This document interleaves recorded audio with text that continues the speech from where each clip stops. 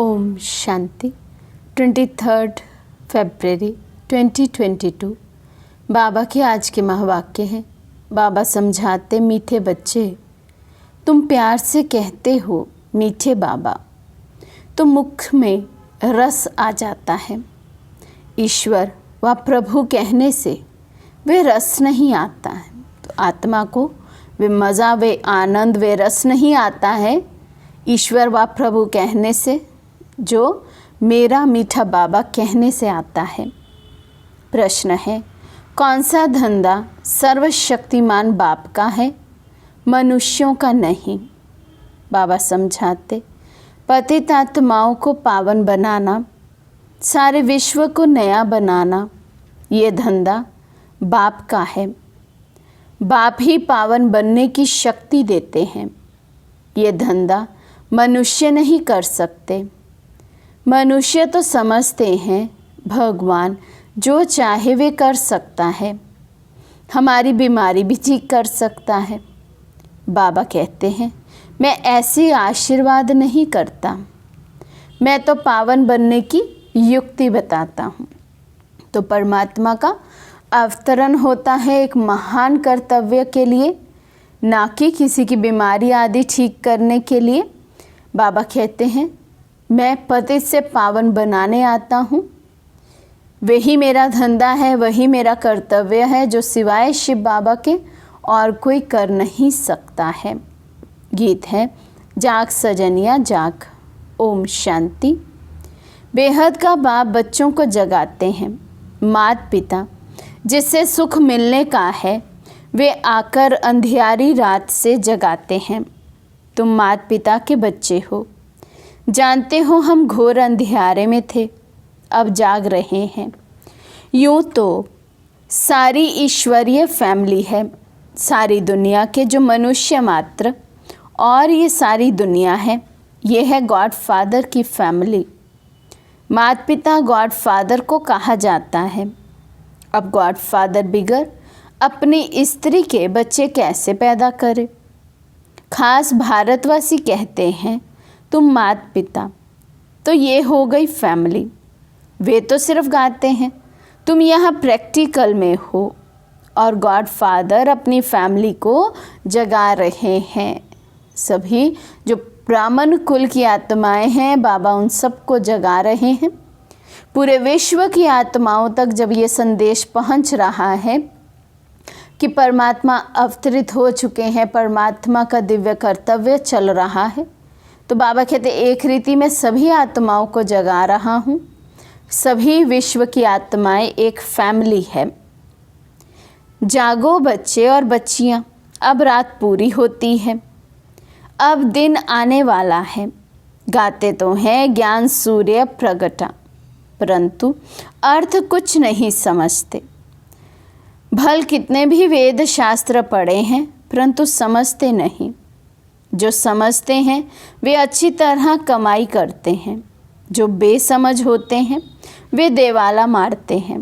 बाप कहते, बच्चे, माया ने तुमको कितना बेसमझ बना दिया है। एक तरफ कहते हो ओ गॉड फादर, दूसरी तरफ कहते परमात्मा सर्वव्यापी है। एक तरफ कहते हो सभी मनुष्य मात्र भाई भाई हैं, अथवा हम एक बाप के बच्चे हैं। फिर कह देते, जिधर देखता हूँ तू ही तू, अर्थात वी आर ऑल फादर्स। अब बाप कहते, बच्चे, तुम जानते हो हम आते ही हैं परम धाम से। सभी धर्म वाले किसी न किसी भाषा में कहते हैं ओ गॉड फादर, तो फादर मदर की फैमिली हुई ना। बाप कहते हैं, जिसको तुम याद करते हो उसका ऑक्यूपेशन तो जानना चाहिए ना। उसने इतनी बड़ी सृष्टि रची, बाप में सारा ज्ञान है। उनको ही ज्ञान का सागर, नॉलेजफुल कहा जाता है। कहते भी हैं वे सत्य है, सच बोलने वाला है और सदैव अमर है। अमर कथा सुनाते हैं। अभी तुम जानते हो अमरनाथ शिव बाबा हमको अमर कथा सुनाकर अमर लोक का मालिक बना रहे हैं। जो भी पढ़ने वाले बच्चे और बच्चियां होंगे, किसके बच्चे? माता पिता के। तुम सब पार्वतियाँ हो, तुमको अमर कथा सुना रहे हैं। आज से 5000 वर्ष पहले पैराडाइज था। सृष्टि का ये नाटक फिरता रहता है। सतयुग, त्रेता, द्वापर, कलयुग नए घर से पुराना होता है। स्वास्तिका के भी 4 भाग बनाए हैं। अब तुम्हारी चढ़ती कला है। गाते हैं चढ़ती कला तेरे भाने सर्वतदा भला। सभी मनुष्य मात्र तमो प्रधान, दुख से छूट सतो प्रधान बन जाते हैं। हमारी चढ़ती कला होती है तो इसी कारण सृष्टि की भी चढ़ती कला होती है और सब आत्माएं पावन बन शांति धाम में स्थित हो जाती हैं। तो बाबा कहते हैं आप बच्चों के कारण सबका कल्याण हो जाता है, वे भी दुख से मुक्त हो जाती हैं। सृष्टि ही सतो प्रधान बन जाती है। परमपिता परमात्मा व सिर्फ ईश्वर कहने से बाबा का रस नहीं मिलता। बाबा कहने से वर्षे की खुशबू तब आती जब अपने को बच्चा समझते। हम बाबा के बच्चे हैं। यूँ तो सभी आत्माएं बच्चे हैं, परंतु अभी बाप ने ये रचना रची है। कहते हैं पतित पावन सीताराम। सतयुग में लक्ष्मी नारायण नहीं कहेंगे कि पतित पावन आओ, क्योंकि वे पावन हैं। साधु संत सब गाते रहते हैं। गांधी जी भी गाते थे, नई दुनिया नए भारत में नया राम राज्य हो। हाथ में गीता उठाते थे, क्योंकि जानते हैं गीता से ही महाविनाश हुआ और नई दुनिया स्थापन हुई। गीता है सर्वशास्त्रमय शिरोमणि, गीता माता। अच्छा, माता का पति कौन? भगवान। वही पतितों को पावन बनाने वाला है। भगवान उवाच, कृष्ण को पतित पावन नहीं कहेंगे। मनुष्य तो कभी पतित से पावन बना ना सके। अब तुम मीठे मीठे बच्चे कहते हो आत्मा परमात्मा अलग रहे। कहते हैं महान आत्मा, पुण्य आत्मा। ऐसे तो नहीं कहते महान परमात्मा। फिर अपने को शिवो हम परमात्मा आदि क्यों कहते हैं?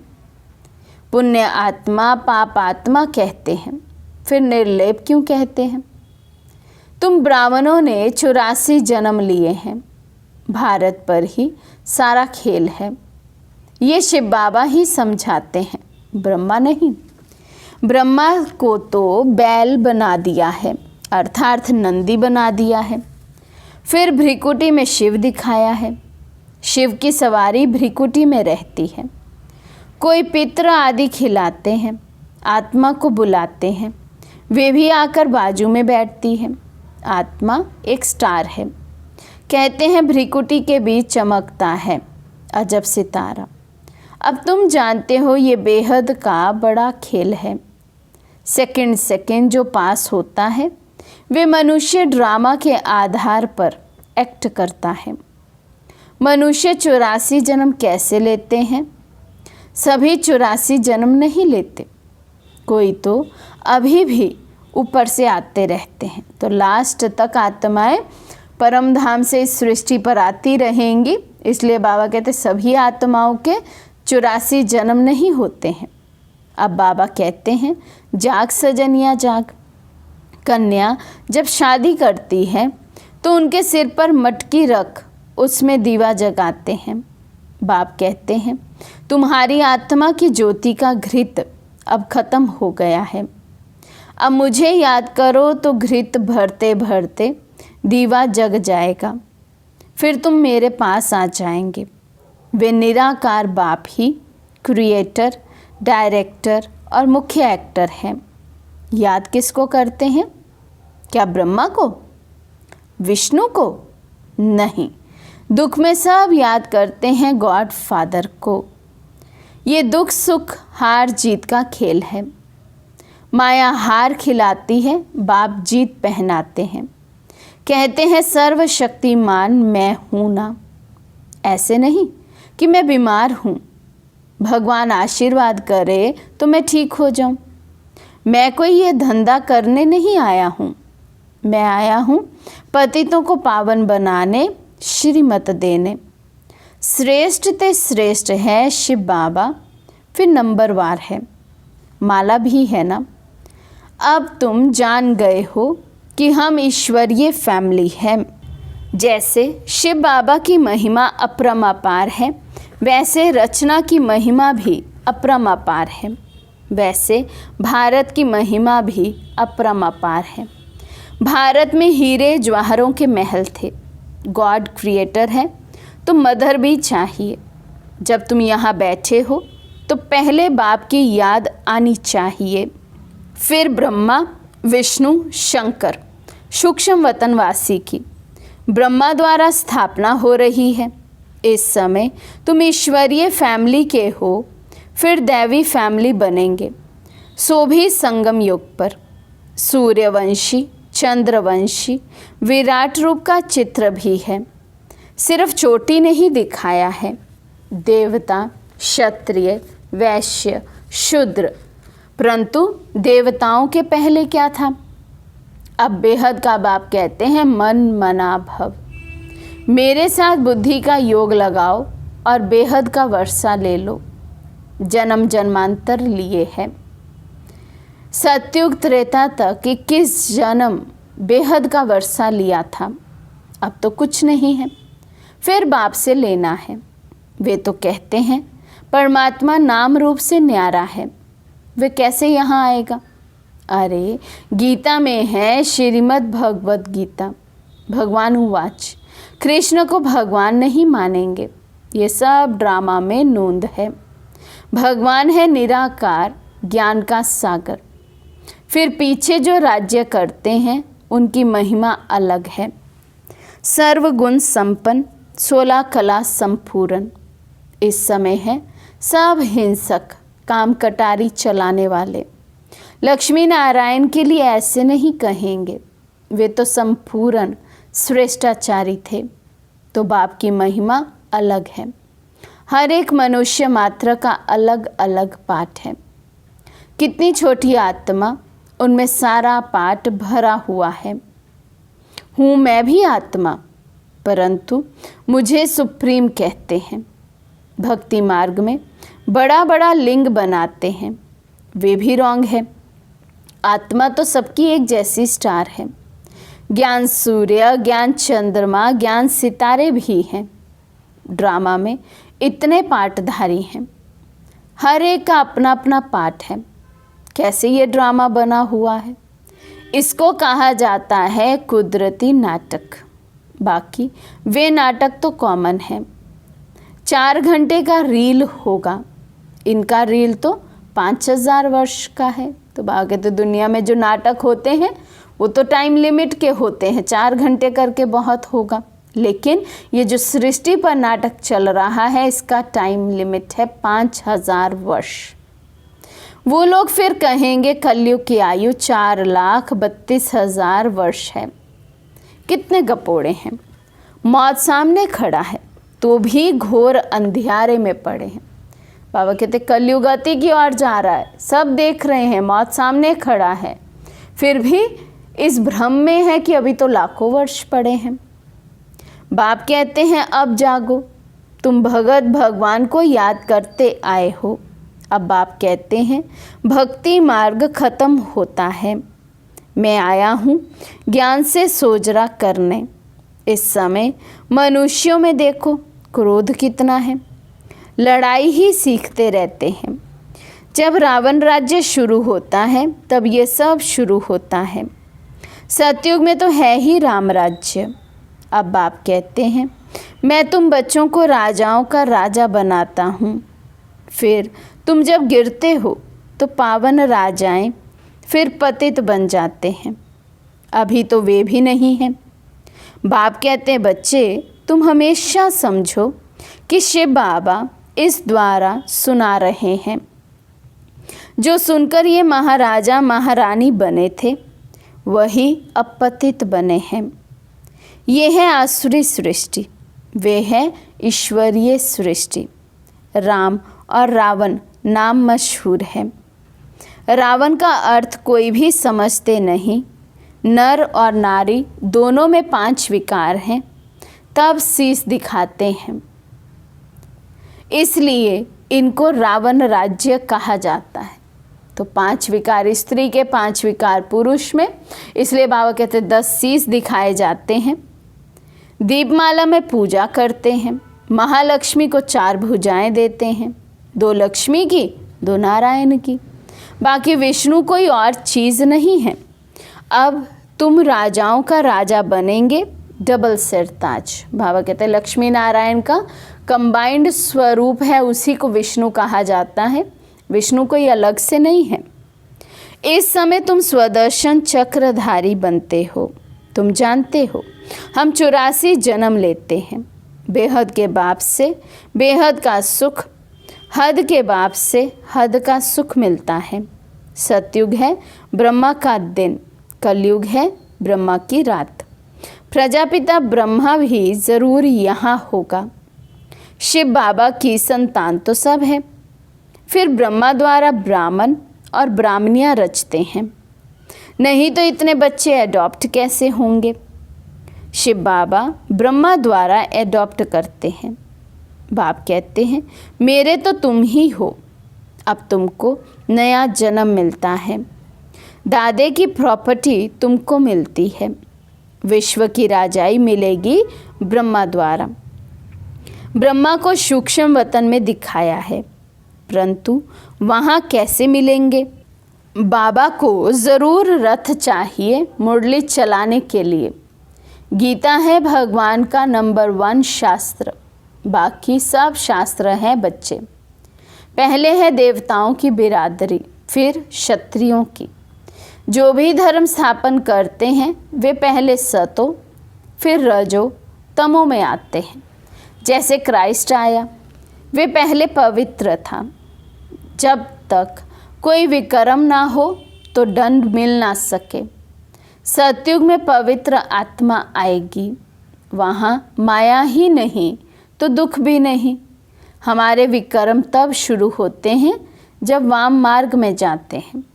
ये समझने की बातें हैं। विकर्माजीत संवत भी है, फिर है विकर्मी संवत। कथाएं तो बहुत हैं। मोहजीत राजा की कथा, मोहजीत है लक्ष्मी नारायण, वे है राम राज्य। अभी है रावण राज्य। रावण को जलाते हैं। आधा कल्प राम राज्य, फिर आधा कल्प के बाद रावण राज्य होता है। इस स्वदर्शन चक्र को तुम जानते हो। तुम सब गॉड फादरली चिल्ड्रन हो। डायरेक्ट बाप ने ब्रह्मा द्वारा एडॉप्ट किया है, इसलिए तुमको सिकी लदे बच्चे कहते हैं। अच्छा, मीठे मीठे सिकी लदे बच्चों प्रति माता पिता बाप दादा का याद प्यार और गुड मॉर्निंग। रूहानी बाप की रूहानी बच्चों को नमस्ते। हम रूहानी बच्चों की रूहानी बाप दादा को दिल व जान सिख व प्रेम से नमस्ते नमस्ते नमस्ते जी। धारणा के लिए मुख्य सार।